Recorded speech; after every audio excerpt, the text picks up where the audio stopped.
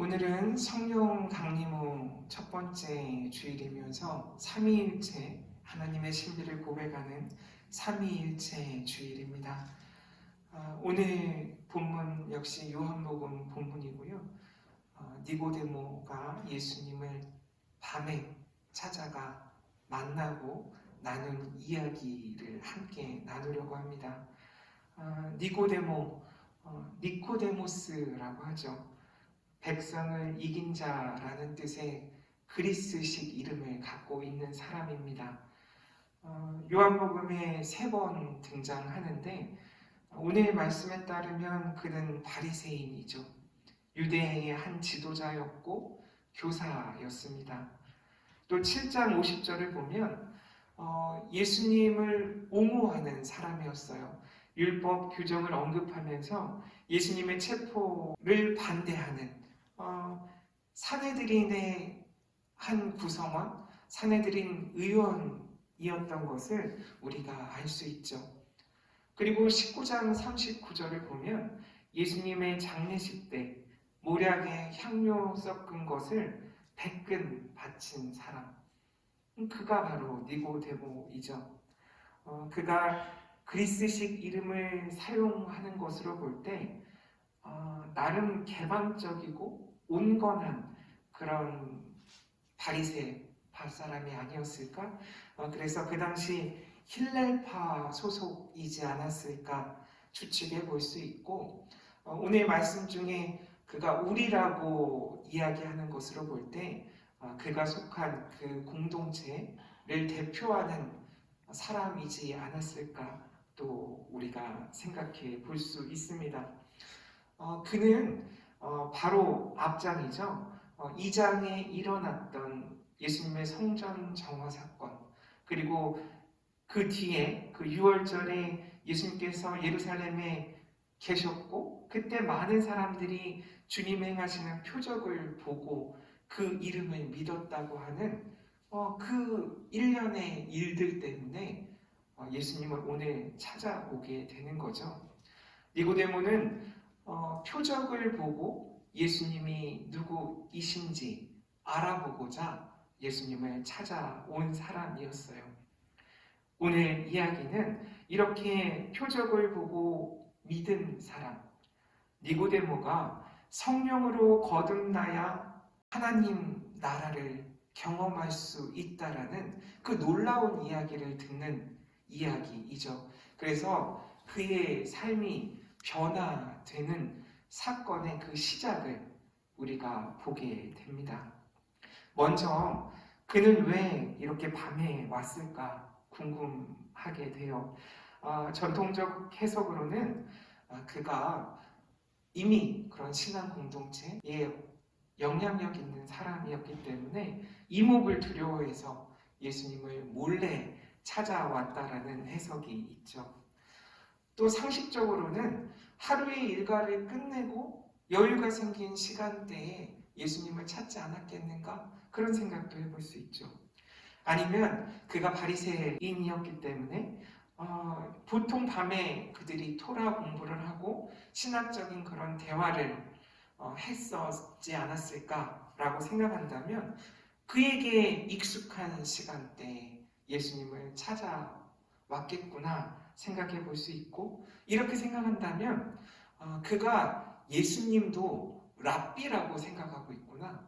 그래서 랍비끼리 신학적인 토론을 벌이기 위해 그들에게 익숙한 시간에게 찾아온 것이라 볼 수도 있죠.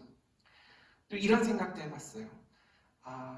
니고데모보다 예수님이 바쁘시지 않았을까? 예수님이 일정이 꽉 차 계셔서 니고데모는 예수님을 빨리 만나고 싶은데 예수님께서 바쁘셔서 예수님이 좋은 시간대에 약속을 잡고 그가 온 것이 아닐까라는 생각도 해봤어요. 이 밤에 만났다라는 것을 신앙의 언어로, 신앙의 눈으로 보면 니고데모의 영적 상태를 상징하고 있다고 많은 학자들이 이야기해요. 요한복음 9장 4절, 요한복음 11장 10절, 요한복음 13장 30절을 보면 이 밤이라는 것이 영적으로 혹은 도덕적으로 어둠을 의미한다라는 그런 상징으로 쓰이고 있거든요. 그래서 오늘 말씀의 밤, 그것은 요한복음에서 고백되는 빛 대신 예수님과 대비되는 그런 상황이죠. 그렇게 빛 대신 예수 그리스도를 우리가 만나서 나누는 그 상황, 그 밤이 니고데모의 지금의 상태를 보여준다라고 볼 수도 있는 것이죠. 따라서 밤이었던 니고데모가 빛으로 나오고 있는 장면이죠. 빛 대신 예수 그리스도를 만나는 사건입니다. 이렇게 예수님과 니고데모가 만난 사건, 그것이 오늘 말씀이에요. 이 이야기를 통해 성령 강림후 첫 번째 주일에 성부와 성자와 성령께서 어떻게 우리와 함께 하시는지 그 이야기를 함께 나눠보려고 합니다. 오늘 말씀의 니고데모를 저는 이렇게 정의하고 싶어요. 그는 묻는 사람이다. 질문하는 자예요. 마치 예수님을 인터뷰하러 온 사람 같았어요. 인터뷰의 사전적 정의를 찾아봤더니 특정한 목적을 가지고 개인이나 집단을 만나 정보를 수집하고 이야기를 나누는 일, 또는 주로 기자가 취재를 하여 특정한 사람과 가지는 회견을 이룬다라고 되어 있더라고요. 그래서 니고데모는 인터뷰어죠. 요즘 말로 하면 인터뷰어고, 예수님은 인터뷰이라고 볼 수 있겠죠. 우리나라에 좋은 인터뷰어가 있을까 생각해 봤는데 몇 명 떠오르더라고요. 유명한 뉴스 진행자도 있고 정치인도 있고 여러 사람들이 떠오르는데, 그 중에 가장 편한 사람이 누굴까 생각해 보니까 유재석 씨가 아닐까 생각을 해봤어요. 그를 보통 좋은 인터뷰어라고 사람들이 평하더라고요. 그의 가장 큰 장점이 다른 사람의 이야기를 잘 들어준다라는 것이었어요. 경청하기 위해 그는 사람들과 만나는 것을 좋아하고 상대방에 대한 호기심이 충만한 사람이라고 우리가 볼 수 있죠. 그래서 오랫동안 사람들에게 사랑받는 사람으로 손꼽히지 않을까라는 생각을 하게 됐어요. 그리고 이런 인터뷰에서 중요한 것, 그것은 어떻게 해야 흥미로운 질문을 할 수 있을까가 아닐까 생각을 해봤는데, 결국 질문이 중요한 거죠. 핵심을 찌르는 질문을 하는가, 좋은 질문을 하는가가 이 인터뷰에서는 가장 중요한 일이죠. 상대방의 말을 이렇게 잘 듣기 위해서 우리가 먼저 해야 되는 일은 좋은 질문을 던지는 것이다 라는 것이죠. 그래서 받고 싶은 질문과 받기 싫은 질문이 무엇일지 생각해 보는 것, 그게 인터뷰에 있어서 중요하고요. 누군가가 제일 궁금한 것이 무엇일까, 그 의견을 들어보는 것, 자료도 모으고 또 그것을 경중에 따라 분류하는 그런 작업들이 사전에 필요하죠. 마침내 성실히 준비해서 질문을 하러 왔다면 그 다음부터는 그 인터뷰하는 사람, 인터뷰의 대상이 되는 사람과의 관계가 중요하게 되죠. 그 둘 사이에 신뢰가 형성되는가? 그 관계를 통해서 새로운 이야기들이 펼쳐지고 또 새로운 관계가 그 이야기를 통해서 형성된다라는 것을 우리가 보게 되는 거예요. 오늘 말씀도 다르지 않아요. 니고데모는 예수님과의 이러한 인터뷰를 통해 새로운 관계를 맺게 되는 거죠. 바로 그는 주님의 제자가 되는 것이죠. 요한복음에 3번 등장하는 그를 살펴보면 그가 어떻게 변화되는지, 그리고 그 변화의 시작이 오늘 이 인터뷰를 통해서라는 것을 우리가 알 수 있잖아요. 따라서 오늘 말씀을 통해 신앙생활에 있어서 중요한 것을 발견하게 됐어요. 그것은 묻는 것이 중요하다는 거죠. 좋은 질문을 내가 평소에 던질 수 있는가? 그것이 기도가 되는 것이죠. 하나님께, 예수님께, 성령님께, 그리고 나와 함께 신앙생활하는 지체들에게 내가 좋은 질문을 던지고 있는가라는 것이죠. 이렇게 묻는 신앙생활에 익숙해지는 것이 우리에게 필요한 거죠. 이것이 익숙해지면 질문이 무엇인지 묻는 것에 머물지 않고 그 질문이 왜인지 파고들었으면 좋겠다라는 생각도 더불어 들었어요. 무엇인지 묻고 알아야 왜인지 질문할 수 있는 기회가 비로소 생기잖아요. 또 왜인지에 대해서 다각도로 접근했다면 그 다음에는 어떻게 그런 일이 일어났는지 묻는 질문을 던지는 그런 신앙이 우리에게 필요하구나라는 생각을 이 니고데모를 통해 하게 됐습니다. 역시 좋은 질문을 던지는 것, 그것이 우리의 신앙생활에 참 중요하다라는 것을 알게 되는 거죠. 무엇을 묻는 좋은 질문을 해서 우리가 우리의 삶의 현상을 파악할 수 있을지, 그리고 왜를 묻는 좋은 질문을 해서 그 일이 지금 일어나고 있는 이유를 깨달을 수 있을지, 또 어떻게를 비로소 물을 수 있을지 우리가 질문해야 된다는 거예요. 오늘 말씀에서 니고데모는 처음부터 어떻게를 묻고 있어요. 그래서 그게 문제인 것 같아요. 예수님과 니고데모의 대화가 조금은 매끄럽지 못하고 조금은 답답한 것 같다라는 생각이 드는 이유는 그가 무엇인지 묻지 않고 왜인지 묻지 않고 어떻게를 대뜸 예수님께 묻고 있기 때문이 아닌가라는 생각을 해봤어요. 따라서 신앙의 물음의 단계를 건너뛰면 이런 일이 일어나는구나. 그래서 나의 상태를 잘 생각해 봐야 되죠. 나는 지금 나의 신앙생활에 있어서 어떤 질문들을 하고 있는가?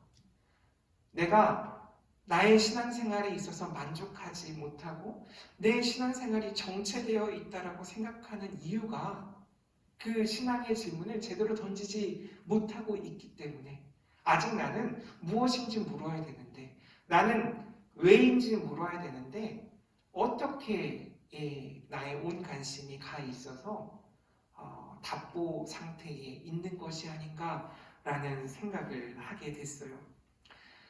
어쨌든 니고데모는 예수님께 시종일관 묻고 있죠. 그래서 니고데모는 묻는 자예요. 꼭 알아야 할 것을 어쩌면 다른 사람들을 대신해서 묻고 있는 것 같아요. 그 질문들은 니고데모에게 우선적으로 필요한 질문이면서 그들에게도 우리들에게도 도움이 되는 질문들이죠. 특히 3장 3절 예수께서 대답하여 이르시되 진실로 진실로 내게 이르노니 사람이 거듭나지 아니하면 하나님의 나라를 볼 수 없느니라. 이 예수님의 말씀을 통해서 그가 처음에 물었던 질문이 무엇일지 우리가 유추해 볼 수 있죠. 어떻게 하면 하나님의 나라를 볼 수 있습니까? 어떻게 하면 하나님 나라를 내가 체험할 수 있습니까? 그가 물었던 것이 아닌가 생각이 들어요. 이 질문으로부터 여러 혼선이 빚어지게 되는 거예요. 사람이 늙으면 어떻게 날 수 있습니까? 두 번째, 모태에 들어갔다가 날 수 있습니까? 니고데모가 묻죠. 예수님이 대답하시죠. 사람이 물과 성령으로 나지 아니하면 하나님의 나라를 들어갈 수 없다. 그리고 니고데모가 또 묻죠. 오늘 말씀의 제목처럼 어찌 그러한 일이 일어날 수 있습니까? 라고 묻죠. 어, 그거에 대한 대답이 또 진실로 진실로 내게 이르노니 우리는 이것을 말하고 본 것을 증언하노라. 그러나 너희가 우리의 증언을 받지 아니하는도다. 내가 땅의 일을 말하여도 너희가 믿지 아니하는데 하물며 하늘의 일을 말하면 어떻게 믿을 수 있겠어? 라는 이렇게 묻고 답하고 묻고 답하는 일련의 과정들이 일어나고 이 일을 통해서 예수님께 묻는 그 일이 우리에게 얼마나 중요한 것인가를 깨닫게 되죠. 특히 오늘 말씀에서 이 거듭난다라는 표현이 중요해요. 이 거듭나다라는 말은 원어 성경에서는 아노덴, 아노센 이렇게 표현되는데 이 뜻은 첫 번째 뜻이 위로부터라는 뜻이에요. 그래서 오늘 우리 이 번역된 한글 성경에 보면 거기 각주에 보면 또는 위에서라고 나와 있죠. 그래서 위로부터라는 뜻이 첫 번째 뜻이고 두 번째는 태초부터라는 뜻이 있어요. 그리고 뭐 오랫동안이라는 뜻도 있고요. 그리고 마지막에는 다시 뭐 새로이라는 뜻도 갖고 있어요. 그래서 위로부터라는 이 말은 뭐 마태복음 27장 51절에도 마가복음 15장 38절에도 그리고 요한복음 19장 23절에도 특히 오늘 말씀 3장 31절에 위로부터 오시는 이는 할 때 위로부터가 아노덴이에요. 같은 단어를 3장에서 사용하고 있죠. 이 내용들을 살펴보면 니고데모는 이 아노덴의 뜻을 다시라는 의미로 이해하고 있구나. 그래서 자꾸 다시 태어난다. 본 어게인의 의미로 예수님께 이야기하고 있고 예수님께서는 위로부터라는 의미로 하늘 그리고 아버지라는 그런 의미로 지금 니고데모에게 이야기하고 계시구나 라는 생각을 할 수 있는 거죠. 그래서 이 거듭난다라는 것, 보통 우리는 이 거듭난다 표현할 때 신앙의 해석으로 다시 태어난다 라는 의미로 많이 이야기했는데 그 다시 태어나는 것이 가능한 것은 바로 위로부터 가능하다라는 의미를 우리가 동시에 생각해야 되는 거죠. 그리고 그 거듭난다라는 것 자체도 이렇게 내 상황에서 이야기하는 것을 조심해야 된다라는 것, 그것을 알 수 있죠. 니고데모의 이해의 수준, 니고데모의 상황에서 이 거듭난다라는 것을 이해하고 예수님께 말했듯이 우리도 우리의 상황 속에서 내가 알고 있다고 여기는 것, 내 상황 속에서 이해되는 그런 한 측면으로 예수님께 질문하는 것을 지양해야 되지 않는가라는 생각도 더불어 하게 됐어요. 아무튼 다시 태어나건 위로부터 태어나건 이 모든 것들은 결국 새로운 관계에 대해서 이야기하고 있더라고요. 하나님의 자녀가 되는 거예요. 위로부터 태어남. 그래서 새롭게 태어남, 다시 태어남, 새로운 관계에 대해서 이야기하는 거죠. 결국 이 거듭남은 하나님께서 우리를 낳아주셔야지 가능한 일이에요. 우리를 자녀로 삼아주시는 그 은혜 가운데 가능한 일이잖아요. 내 힘으로 가능한 것이 아니라는 것을 이 거듭난다라는 이 말을 통해서 또한 깨닫게 됐어요. 이렇게 거듭나는 사람은 바로 물과 성령으로 새롭게 된 사람이라고 이야기하죠. 그래서 오늘 말씀에서 물과 성령은 하나의 개념이에요. 물과 성령으로 태어나는 것. 이것은 위로부터 태어나는 일인 것과 같죠. 사실 이 말씀은 에스겔 36장 25절에서 27절 말씀에 기인하고 있어요. 물과 성령으로 새롭게 되는 자는 회복된다라는 이야기예요. 물로 죄가 씻기고 하나님의 영으로 말미암아 하나님의 법을 행하게 되면 새로운 영과 새로운 마음을 얻어 살아간다라는 그 에스겔의 말씀을 오늘 말씀에서 쓰고 있는 거죠. 그래서 물과 성령으로는 땅과 하늘로도 저에게 읽혔고요. 몸과 영으로도 읽혔고요. 이 지으신 세상에 하나님의 영이 가득 차 있구나. 이것이 둘이 아니구나. 하나구나 라는 이야기로 제게는 읽혔어요. 예수님께서 세례 받으시는 장면이 그렇죠. 그 물에서 세례를 받으실 때 하늘이 열리고 성령이 임하시잖아요. 그때 들렸던 음성, 마태복음에서는 나의 사랑하는 아들이라고 하나님의 자녀 삼아주시는 새로운 관계가 선포되는 장면이 바로 물과 성령이 임하시는 장면이잖아요. 하나님의 자녀가 되는 놀라운 사건이 이 물로 깨끗해지고 성령으로 새롭게 되는 상황이라는 거죠. 요한복음에 보면 2장의 가나의 혼인잔치, 거기도 물이 등장하죠. 물이 변해서 포도주가 되는. 어떻게? 예수님께서 함께 하시기 때문에. 또 4장에 보면 아주 문제가 많아 보일 것 같은 여인이 등장하잖아요. 그 여인과 예수님과의 만남, 그 만남에서도 물이 등장하죠. 영원히 목마르지 않는 물, 생명의 물, 생수 대신 예수 그리스도, 그 예수 그리스도를 사마리아 여인이 예배하게 되잖아요. 예수 그리스도를 예배하게 되는 그 일도 역시 예수님이 함께 하시는 그 물, 그리고 그때 함께 하시는 성령의 역사, 그것을 우리가 깨달을 수 있는 거죠.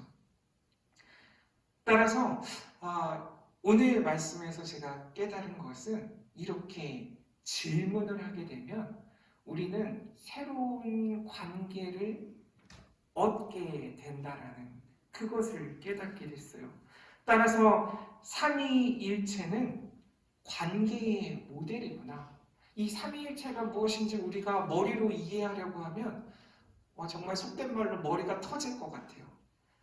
알 수가 없어요. 그리고 이렇게 얘기하는 순간 여기에 문제가 생기고 또 저렇게 얘기하는 순간 여기에 뭔가 부족함이 있고 그래서 삼위일체는 하나님의 신비다 라고 그렇게 이야기할 때가 많은데 우리가 조금 더 접근하기 쉽게 오늘 말씀을 풀어 생각한다면 삼위일체는 하나님께서 우리가 이 땅에 살아갈 때 필요한 관계를 보여주시는구나. 그 관계는 생명과 사랑의 관계구나. 이 삼위일체를 통해서 우리가 관계의 모델을 보게 되고 그 삼위일체 하나님을 통해서 우리도 이 땅에 살아가면서 새로운 그러한 관계들을 맺기 원하시는구나 라는 것을 알게 됐어요. 서로를 통해 서로를 알 수 있는 거죠. 마침 물이 나왔으니까 이걸 그냥 표면적으로 한번 생각해 봤어요. 물이 부족한 때를 살고 있다고 우리가 흔히 이야기하잖아요. 물이 부족하니까 성령이 부족한 시대를 살고 있는 것 아닌가 생각해 봤어요. 물을 아끼듯이 성령을 구해야 되는 거죠. 둘이 하나니까요. 자연 속에서 하나님을 우리가 경험할 수 있잖아요. 물을 보고 성령을 깨닫게 되고 성령을 통해서 하나님께서 지으신 이 모든 생명들을 우리가 느끼게 되는 거죠. 따라서 이 삼위일체의 관계 모델 속에서 우리는 새로운 관계, 생명과 사랑의 관계를 점점 확장해 가야 하는 거예요. 성부, 성자, 성령의 그 관계처럼 나도 그러한 생명과 사랑의 관계를 내 삶에 점점 확장시켜 가야겠구나. 그것을 오늘 말씀이 이야기하고 있더라고요. 하나님과의 새로운 관계가 형성되었음을 우리가 가장 잘 알 수 있는 성경의 사건이 바로 십자가 사건인 거죠. 이렇게 새로운 관계가 우리 삶에 형성되면 우리는 자연스럽게 도전을 받게 되는 거예요.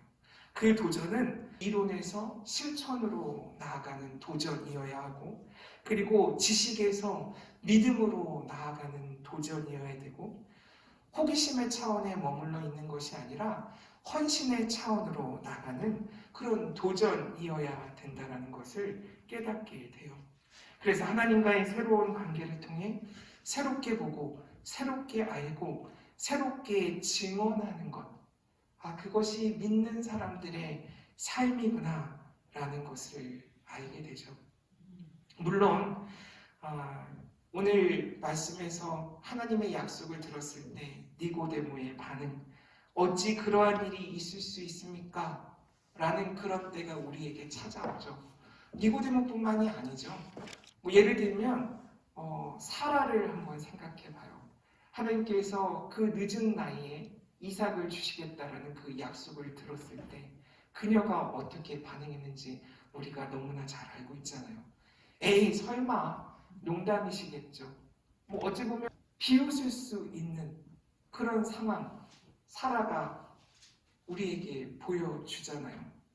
하나님의 약속을 들었을 때 우리가 그것을 하나님의 약속으로 이해할 수 있는 그 가능성은 바로 오늘 말씀처럼 질문할 때 그것이 열린다라는 것을 깨닫게 되는 거죠. 말씀을 마무리하겠습니다. 결국 믿는 자들에게 영생을 얻게 하시려고 예수 그리스도가 이 땅에 오신 거잖아요. 하나님이 세상을 사랑하시기에 독생자를 주시고 그를 믿는 자는 심판받지 않고 영생을 얻게 하려 하는 거잖아요. 재밌는 점은 요한복음에서의 영생이 바로 다른 복음서에서 이야기하는 하나님의 나라예요. 하나님의 영향력 안에 살아가는 삶. 그러려면 끊임없이 묻고 그 답을 말씀에서, 삶에서, 자연 속에서 찾을 수 있어야 된다는 것을 오늘 말씀을 통해 깨닫습니다. 니고데모가 7장 50절에서 52절에서 그리고 19장 38절에서 40절에서 보인 것처럼 점진적으로 그 주님과의 새로운 관계를 우리에게 보여주고 있잖아요. 점점점 제자로 그가 살아가고 있는 것을 우리가 목격할 수 있어요. 그래서 저와 여러분들이 이 니고데모처럼 묻는 일을 주저하지 않으셨으면 좋겠어요. 제자가 되는 방법은 묻는 거예요.